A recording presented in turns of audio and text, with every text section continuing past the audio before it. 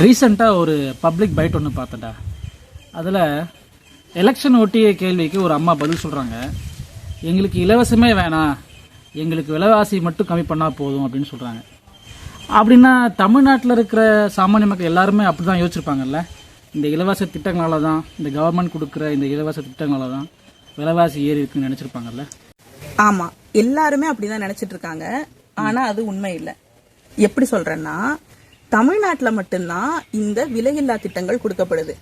ஆனா விலையேற்றம் இந்தியா ஃபுல்லா இருக்கு. ஆமால, அப்படின்னா இந்த விலையில்லா திட்டங்களுக்கும் விலையேற்றத்துக்கும் எந்த சம்பந்தமும் இல்லை. கரெக்ட், சரியா? அப்ப உண்மையாவே விலையேற்றத்துக்கு என்ன காரணம்? என்ன காரணம்? அது மத்தியில் ஆட்சி பண்ற பிஜேபியோட டிமானிட்டைசேஷன், ஜிஎஸ்டி மாதிரியான பொருளாதார கொள்கைகளும் பணவீக்கமும் தான் காரணம். இப்போ இதையெல்லாம் சரி பண்ணணும்னா என்ன பண்ணணும்? இந்த மாதிரியான பொருளாதார கொள்கைகளை மாத்தணும். பிஜேபி மாத்துமா? வாய்ப்பே இல்ல. 10 வருஷமா மாத்தல, இனியும் அது மாத்த போறது இல்ல. அப்போ நம்ம எல்லாரும் சேர்ந்து பிஜேபியவே மாத்திருவோம். அதுக்கான தேர்தல் தான் இப்ப நடக்க போற நாடாளுமன்ற தேர்தல். பிஜேபி வேண்டான்னு சொல்றதுக்கு வெறுமனே விலைவாசி ஏற்றம் மட்டுமே காரணம் இல்லை. அதுக்கு மேல ஒரு பெரிய பிரச்சனை இருக்கு. அது என்னன்னா, ஒவ்வொரு நாளும் நம்ம நாட்டில் நடக்கிற மத கலவரமோ, ஜாதிய கலவரமோ, பெண்களுக்கு எதிரான குற்றங்களோ. இப்போ நம்ம கண்ணு முன்னாடியே நடந்த மணிப்பூர் கலவரமா இருக்கட்டும், குஜராத் கலவரத்துல பாதிக்கப்பட்ட பில்கிஸ் பானு, அவங்களோட குடும்பத்தையே சிதைச்ச குற்றவாளிகள் விடுவிக்கப்பட்டிருக்காங்க. இதுக்கு காரணம் அவங்களோட நன்னடத்தைன்னு சொல்லப்படுது. நிஜமாவே அவங்க நன்னடத்தை தான் காரணமா? இது பிஜேபியோட நடத்தை இல்ல. இவ்வளோ ஏன் தமிழ்நாட்டிலேயே ஒவ்வொரு நாளும் எப்படியாவது மத கலவரத்தையோ ஜாதி கலவரத்தையோ பண்ணிடலான்னு இந்த பிஜேபி ஆர்எஸ்எஸ் கும்பல் முயற்சி பண்ணிக்கிட்டே இருக்கு. அதுக்கு ஒரு ரீசெண்டான எக்ஸாம்பிள் என்னன்னா, அயோத்தியிலிருந்து தமிழ்நாட்டுக்கு கோயில் யாத்திரைக்கு வராங்க. அவங்க மகாராஷ்டிரா, கர்நாடகா வழியா தமிழ்நாட்டுக்குள்ள வராங்க.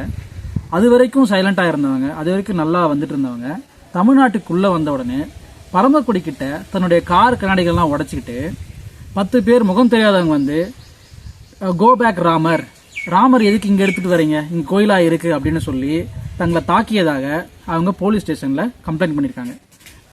நல்ல வேலை நம்ம தமிழ்நாடு போலீஸ் பார்த்த உடனே கண்டுபிடிச்சிட்டாங்க போல. வந்ததுங்கெல்லாம் சங்கி குரூப், அதுவும் எலெக்ஷன் டைம்ல. அப்ப இந்த அம்மாவுக்கு என்ன நோக்கம்? அதுவும் இந்த எலெக்ஷன் டைம்ல தமிழ்நாட்டில் எப்படியாவது ஒரு மத கலவரத்தை ஏற்படுத்தி அதன் வழியா தமிழ்நாடு இந்துக்களுக்கு பாதுகாப்பான மாநிலம் இல்லை அப்படின்னு நிறுவி பிஜேபிக்கு ஒரு மைலேஜ் இன்க்ரீஸ் பண்றதுக்காக தானே. இதை இங்க மட்டும் பண்ணல, நாடு முழுக்க இதைத்தான் பண்ணிட்டு இருக்காங்க. இப்ப ரீசெண்டா அறிமுகப்படுத்தப்பட்ட சிஏஏ சட்டம், இது சிறுபான்மை மக்களுக்கு எதிரான சட்டம்னு சொல்லி நம்ம எல்லாரும் பேசிட்டு இருக்கோம். ஆனா இது சிறுபான்மை மக்களுக்கு மட்டும் எதிரான சட்டமானு கேட்டா இல்ல, இது இந்திய இறையாண்மைக்கு எதிரான சட்டம். இந்த மாதிரியான மதவாத அரசியல் பண்ற கலவரக்கார பிஜேபி வரக்கூடாதுன்னா நாம யாருக்கு ஓட்டு போடுறோம், யாருக்கு ஓட்டு போடணும், அது யாருக்கு போய் சேருதுன்னு ஒவ்வொன்றா பார்க்கலாம். முதல்ல ஏடிஎம்கே கூட்டணியை பார்ப்போம். ஏடிஎம்கே யாரெல்லாம் இருக்கா கூட்டணியில்? எஸ்டிபிஐ, புதிய தமிழகம், தேமுதிக.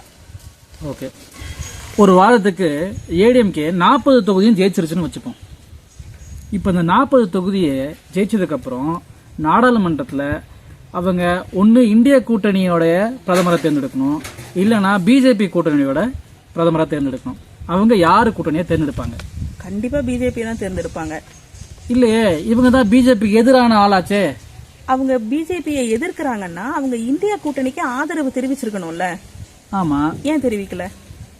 அதான் டிஎம்கே ஆல்ரெடி கூட்டணியில் இருக்குல்ல, இவங்க எப்படி அந்த கூட்டணிக்கு போவாங்க?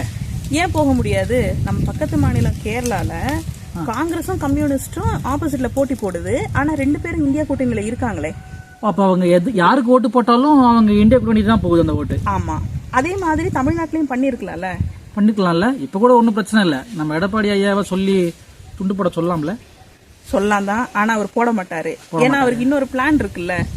ஆமால, அவர் போஸ்ட்போல் அலையன்ஸ்ல பிஜேபிக்கு தான் ஓட்டு போட போறாரு. கண்டிப்பா. எப்படி பார்த்தாலும் அப்ப ஏடிஎம்கே ஓட்டு போடுறதும் பிஜேபிக்கு தான் போய் சேர போகுது.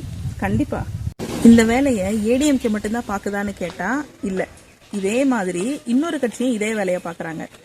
இப்போ ஒரு எக்ஸாம்பிள் சொன்னா அது எந்த கட்சின்னு உங்களுக்கு தெரிஞ்சிடும். இப்ப நான் சொன்ன கட்சியோட மயிலாடுதுறை வேட்பாளர் சொல்றாங்க, இப்ப நடக்க போற நாடாளுமன்ற தேர்தல் பிரதமரை தேர்ந்தெடுக்கிறதுக்கான தேர்தலே இல்லங்க. பாவீங்களா? இப்பவே தெரிஞ்சிருக்கும் அது யாருன்னு. அது என்டிகே. இது எவ்வளவு பெரிய அயோக்கியத்தனம் இல்ல? ஆமா ஒண்ணு அவங்க முட்டாளா இருக்கணும், இல்ல நம்மள முட்டாளா அவங்க நினைக்கணும். ஆமா. அந்த கட்சியோட ராஜகுரு சொல்றாரு, ஒருத்தவன் நாம் தமிழருக்கு ஓட்டு போடுறான்னா அவன் மத்திய அரசியல் மேல நம்பிக்கை இல்லாதவன் தான் அப்படின்னு சொல்றாரு. அண்ணே, அதுக்கு பேர் தற்குறித்தனம். மத்திய அரசுன்றது மாநிலங்களுடைய கூட்டமைப்பு தான்.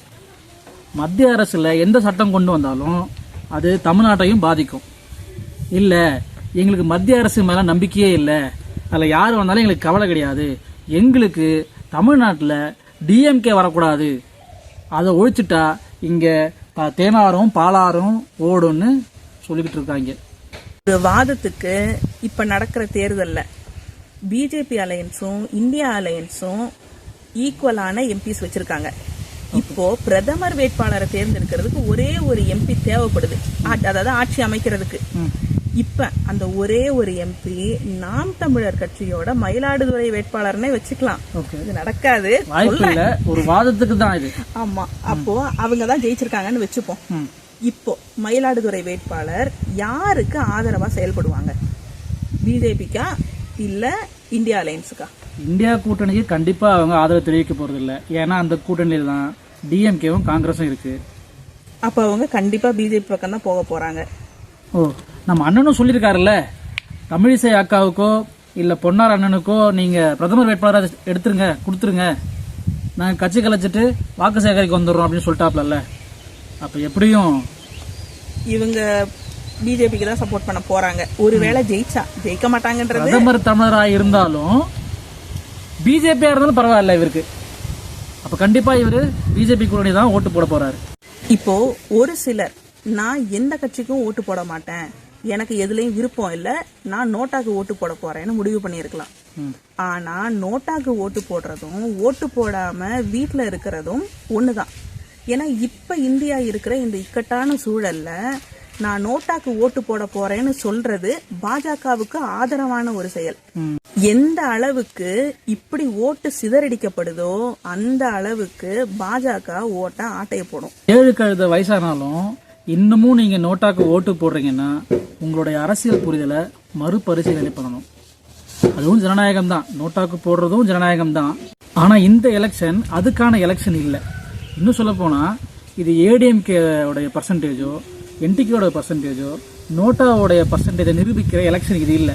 இந்த எலெக்ஷனை பொறுத்த வரைக்கும் இது சர்வைவலுக்கான எலெக்ஷன். சர்வைவல்னா இப்ப நம்ம வாழ்றது மட்டும் இல்ல, இது நம்ம எதிர்காலத்துக்கானது, நம்ம எதிர்கால தலைமுறையினருக்கானது.